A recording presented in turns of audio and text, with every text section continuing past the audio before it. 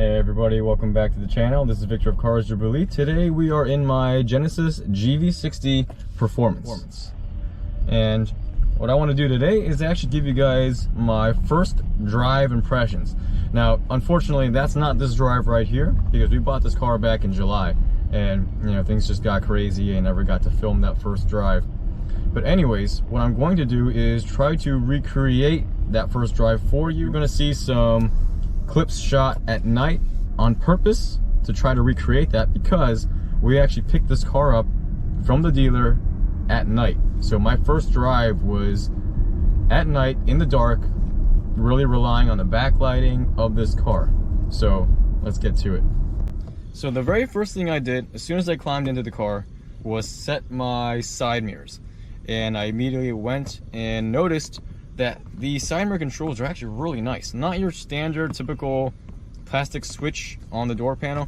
This thing feels like they spent a lot of time and money actually engineering it, and it works really well. Well, then after that, I went to set my driver's seat, and I immediately noticed, wow, there's a lot of buttons here, a lot more than I have in my Ioniq 5. So I kind of played around with it a little bit, tried to get it to a comfortable setting, and then decided, well, let's get out of here. I've got a long drive home, about 45 minutes, and I don't want to be here forever. So as soon as I pull out of the dealer's lot, I notice these steering wheel buttons, and it catches my eye because, for one, the controls are reversed compared to my Ioniq 5. Then secondly, there's this little black square button, and I have no idea what it does, but as I start pressing the different buttons, it feels like this does multiple things. So I'm a little confused there. And then I turn my attention to the driver's display, and then I'm thinking, what in the world is all this stuff? And as I start going through the different options and screens, I realize there are different view modes, and then there's also this thing called widgets on the right. But then depending on which view mode you're in, you can't pull up the widgets. And I'm just like, wait, what? Because this is nothing like the Ioniq 5. And it doesn't end there, because when I turn my attention to the infotainment screen, it gets even crazier, because this doesn't look familiar either. The Ioniq 5 has a whole bunch of icons spread out on the home screens. This only has 6. So then I had to start scrolling and swiping a lot more than I'm used to, and I'm jumping back and forth in and out of menus trying to find what I'm used to seeing, and it's not there. I get on the road with the thought, or with the idea or the notion in my head, that this GV60 is going to be about the same as my Ioniq 5.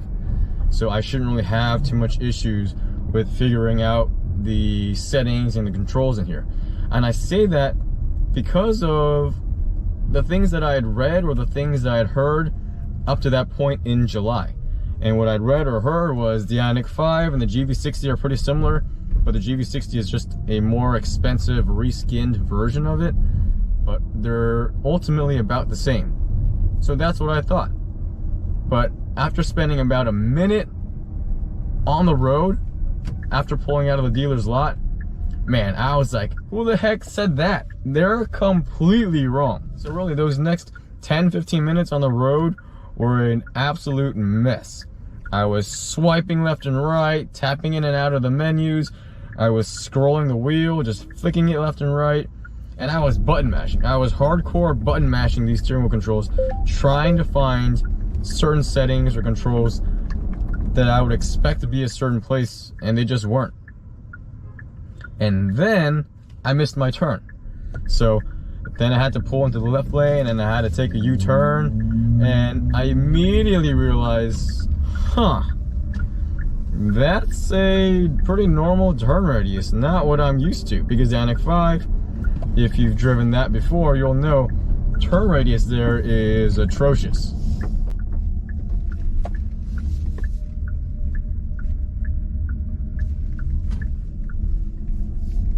So then I get back on track, directions wise, and I come to the conclusion, I'm not going to be figuring out this stuff here and now.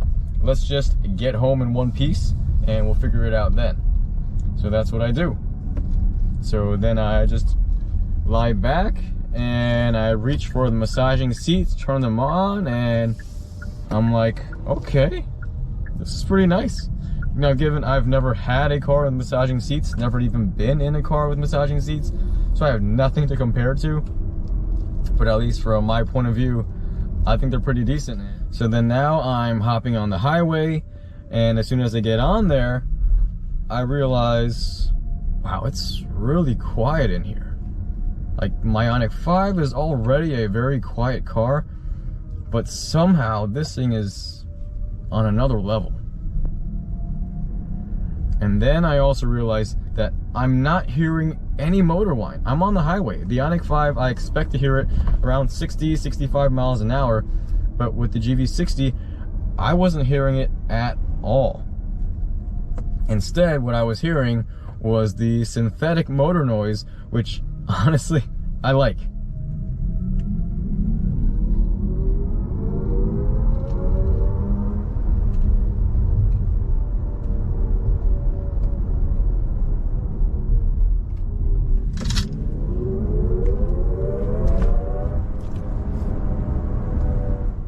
I like how it sounds, I think it's fun, but I also like to turn it off or turn it down sometimes, and luckily this system gives me that ability to adjust it, turn it off, change the sound, do whatever.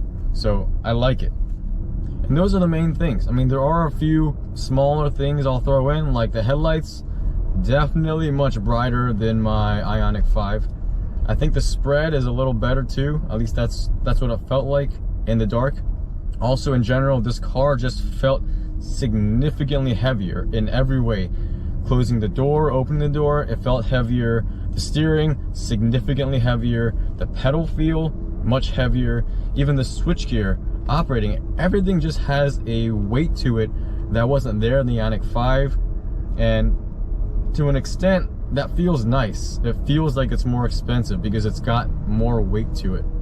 But really, the main thing that I feel like I want people to take away from this first impressions drive is the differences between this and an Ioniq 5. Because, like I said, back in July, when I was buying the car, everything that I saw or read beforehand had discussed mostly the similarities, that, hey, you're going to be buying a pretty similar car, it's just a little fancier, a little more expensive.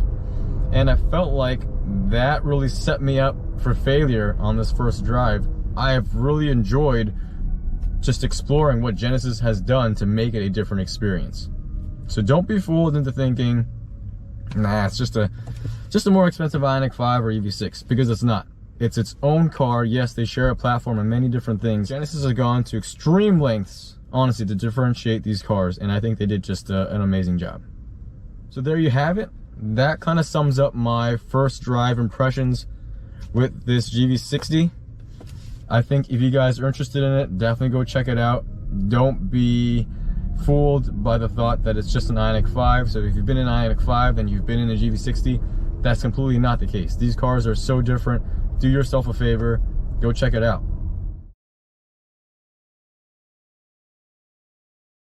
My wife and I and my son Eli, we drove to the Genesis dealer in Cherry Hill in the Ioniq 5. I drove, and then my wife drove the Ioniq 5 back home. So that meant that I jumped from the Ioniq 5 directly into the GV60. So my GV60 first drive was basically a back-to-back drive with the Ioniq 5. Anyways, if you guys have any questions, feel free to reach out. I think maybe the next one I'm going to try to do, or hopefully soon, is actually a GV60 and a Tesla Model Y head-to-head. So stay tuned for that. Anyways, if you have any questions, feel free to reach out. Thanks for watching. See you guys on the next one.